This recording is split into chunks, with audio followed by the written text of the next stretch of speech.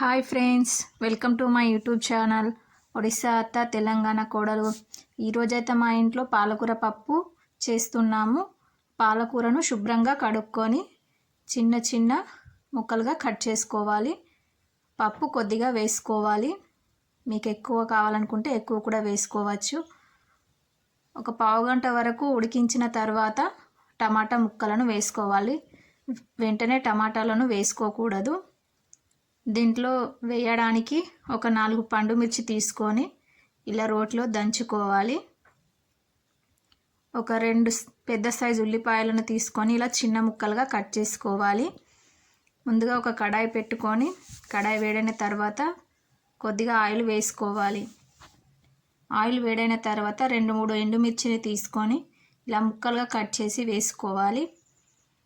ఒక స్పూన్ ఆవాలు జీలకర్ర వేసుకోవాలి.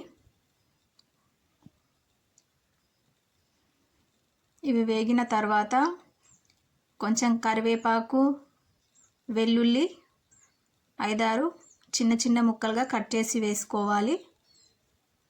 ఇప్పుడు మనం దంచుకున్నాం కదా, ఆ పండు మిర్చిది కూడా పేస్ట్ వేసుకొని మంచిగా కలుపుకోవాలి. చూడండి, మంచిగా ఉడికిపోతున్నాయి ఆయిల్లో. ఇలా బ్రౌన్ కలర్ వచ్చిన తర్వాత ఒకసారి పప్పులో కొన్ని వాటర్ వేసుకుంటున్నాం. టమాటాలు పప్పు అనేది కూడా ఉడికిపోయింది. మీకు ఒకవేళ కొంచెం పల్చగా ఉండాలంటే వాటర్ ఎక్కువ వేసుకోవచ్చు. అని ఉడకడానికి మాత్రం 20 మినిట్స్ పడుతుంది. ఈ పోపులో 2 స్పూన్ల వరకు అల్లం వెల్లుల్లి పేస్ట్ వేసుకొని మంచిగా కలుపుకోవాలి.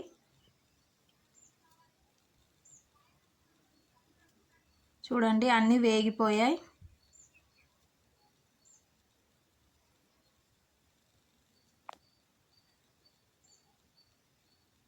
మీరు పాలకూర పప్పు చేసేటప్పుడు దాంట్లో మీరు టమాటా వేసి చేస్తారో లేదో కామెంట్ సెక్షన్లో కామెంట్ చేయండి. మేమైతే చేసేటప్పుడు వేస్తాం అప్పుడప్పుడు. ఒక స్పూన్ వరకు అయితే కారం వేసుకోవాలి.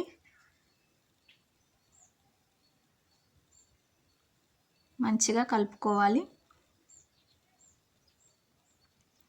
ఫ్రెండ్స్, మా వీడియోస్ మీకు నచ్చినట్లయితే లైక్ చేయండి, మరియు మా ఛానల్ని సబ్స్క్రైబ్ చేయండి, అందరికీ షేర్ చేయండి, బెల్ ఐకాన్ని ప్రెస్ చేయండి. మీరు ఇచ్చే సపోర్ట్ వల్లనే మేము ఇంకా వీడియోస్ చేయగలుగుతాము. కొద్దిగా వాటర్ వేసుకొని కారం వేసుకున్నాం కాబట్టి కారంని ఉడికించుకోవాలి.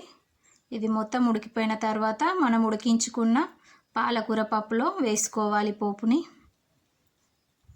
మళ్ళీ గ్యాస్ మీద పెట్టిన అవసరం లేదు, ఎందుకంటే ఇందాకే ఉడికించుకున్నాం కాబట్టి. చూడండి, చూస్తూనే ఏదో ఫంక్షన్లో లాగా కనిపిస్తుంది. పాలకూర పప్పు రెడీ. మీకు నచ్చినట్లయితే కామెంట్ చేయండి.